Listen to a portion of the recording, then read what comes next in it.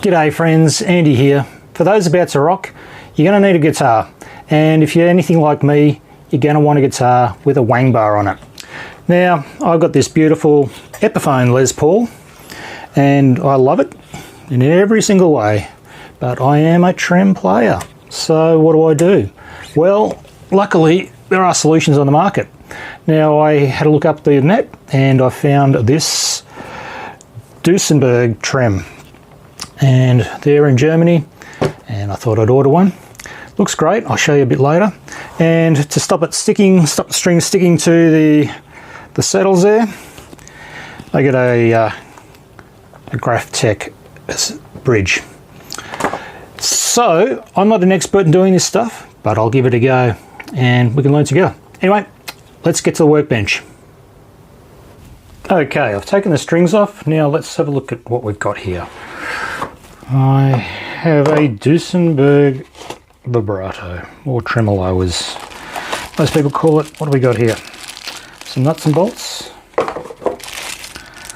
the main part of the trem, and I hope there's an arm down there.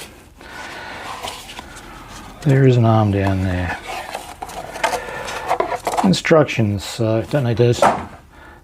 That's a nice gold arm to match my hardware. So that looks pretty cool. I like that. Now let's have a look at our bridge. This was sent from Canada, and FedEx, thank you FedEx, sent it to Austria 3 times. I of course live in Australia,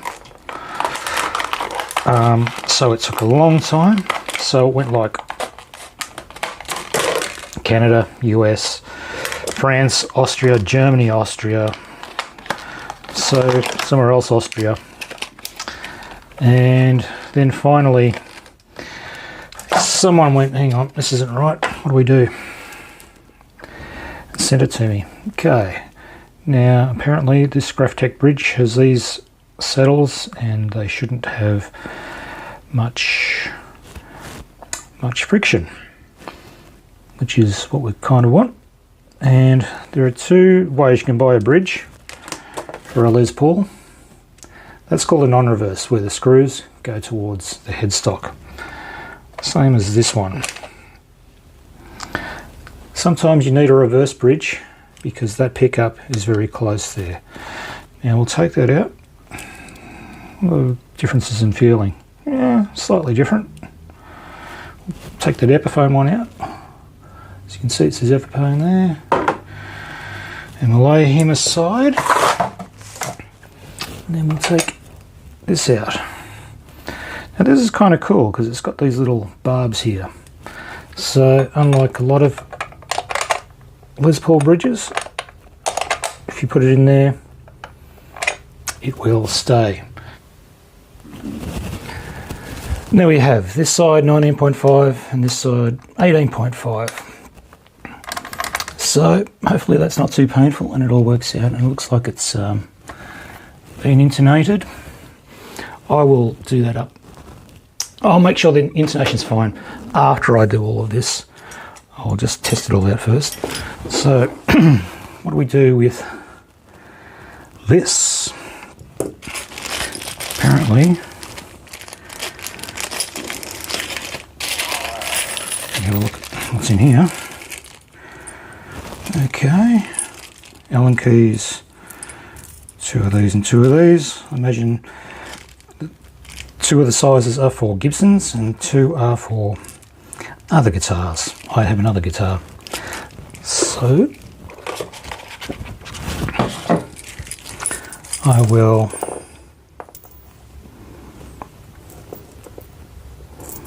take these out.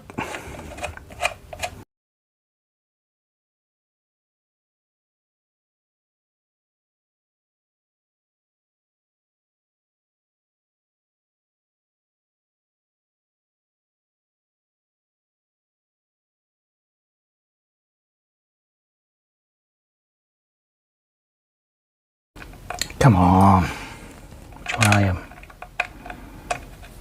Oh, we do have 2 that fit, that's good. Great. Now, do we need those washers? Let's have a look. Turns out washers go there. Okay.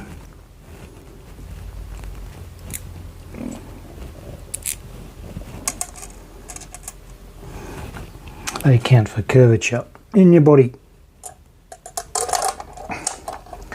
So put that on there.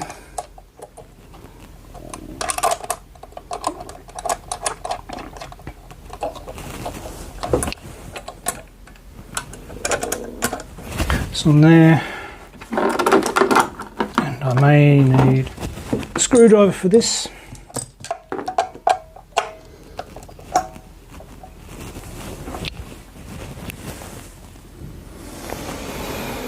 Okay, let's put our trim in. Cold, and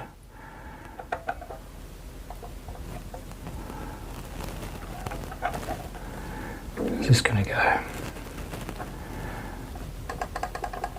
Okay, so it is an Allen key screw.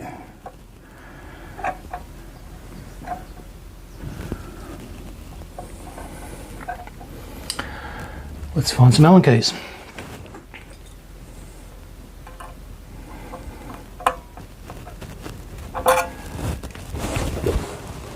Okay, it seems nice and tight now. It's got a bit of movement that way, which I like. Get it out of the way. Now my concern was that I wouldn't be able to access the volume pots as well as I could before. That's probably true, but you win some, you lose some, hey? So that's good like that. I think I've screwed it all up properly.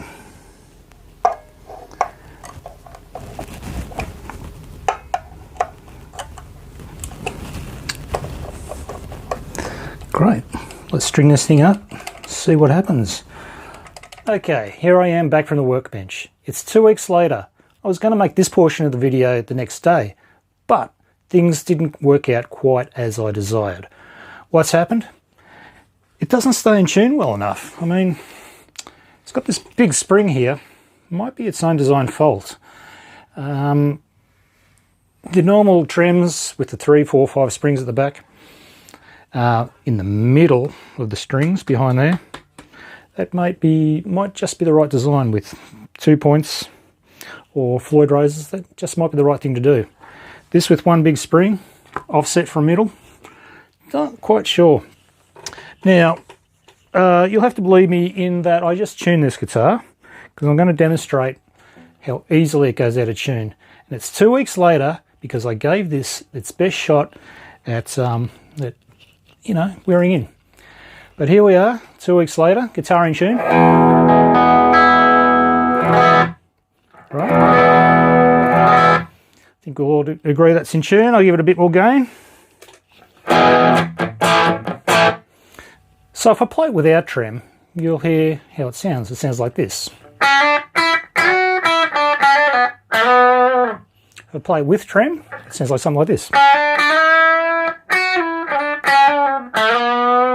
Excuse my sloppy playing. But is that B string in tune now? Just with those 5, 6, 7 notes? Oh, it's sharp. I'll tune it back up.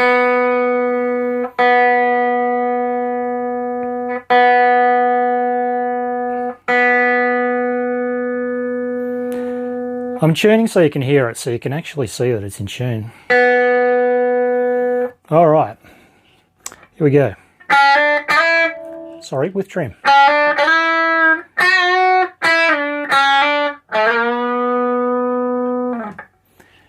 Is the B string in tune now? It's flat.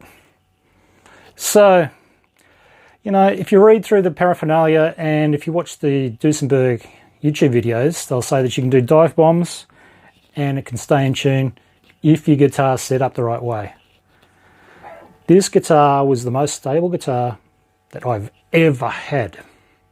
And now it's the least stable guitar that I own. Not that I've ever had, because I've had worse guitars. And, I've been playing a long time. I know how to set up a guitar. I know when a guitar's set up, when one isn't. It's not happening. It's going back to Hamburg. Sorry, Duesenberg. I wanted it to work, and it didn't. So, signing off, Andy Mac. See you later.